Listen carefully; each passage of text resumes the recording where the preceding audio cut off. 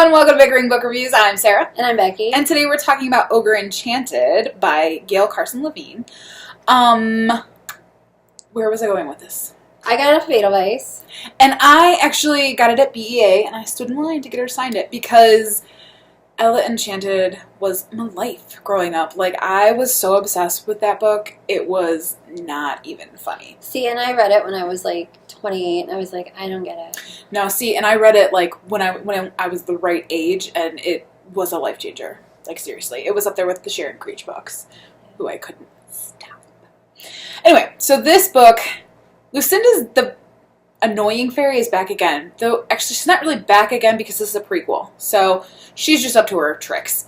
Anyway, Wormy proposes to his best friend, Evie, who's like a healer. And she's not ready for that life. So she says... she's 15. I mean, yeah, she's young. She's not ready for that life. She's not ready to settle down. Plus, she doesn't even know if she likes him that much. In that way. Anyway, so he proposes. She says no, but turns out Lucinda's hanging around. So Lucinda just wants everybody to be happy. And so she sticks her nose in where it doesn't belong.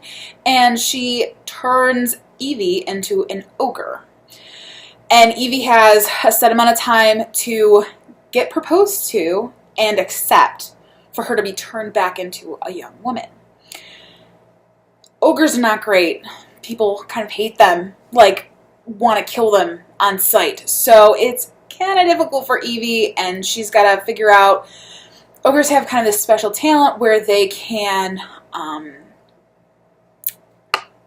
what is that called? They're like glamour. They can glamour, yeah. Yeah, they can glamour humans into like doing whatever they want. So Evie wants to glamour someone into proposing to her so she can kind of overcome this enchantment, and things get a little tricky along the way. So I didn't like this book.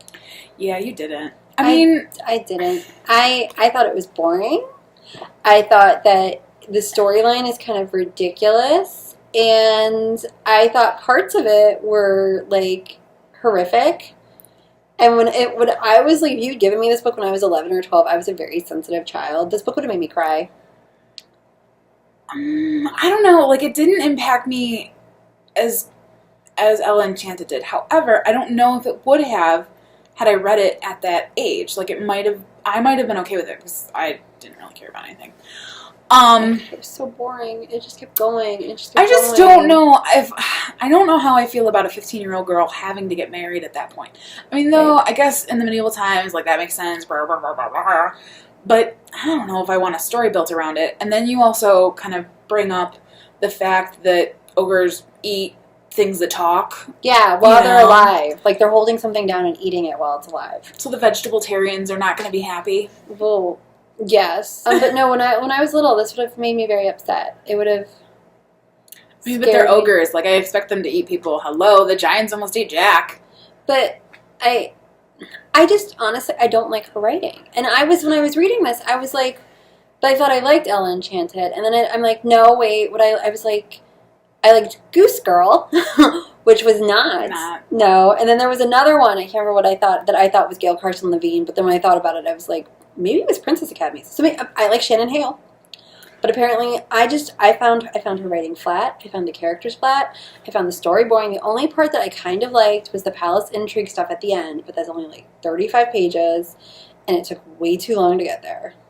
I don't know. I do like her writing. I like the way her characters talk. I like the dialogue.